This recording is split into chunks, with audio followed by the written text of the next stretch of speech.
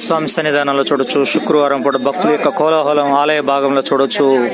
భక్తుల రద్దీ ఈ రోజు కూడా బాగా కొనసాగుతా ఉంది.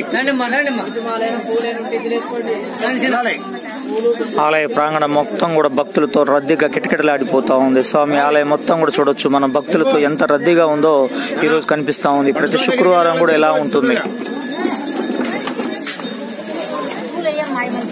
స్వామి ఒక గంట సేపు కూర్చుంటాడు అక్కడ వెళ్ళాలి మీరు అర్జెంట్గా.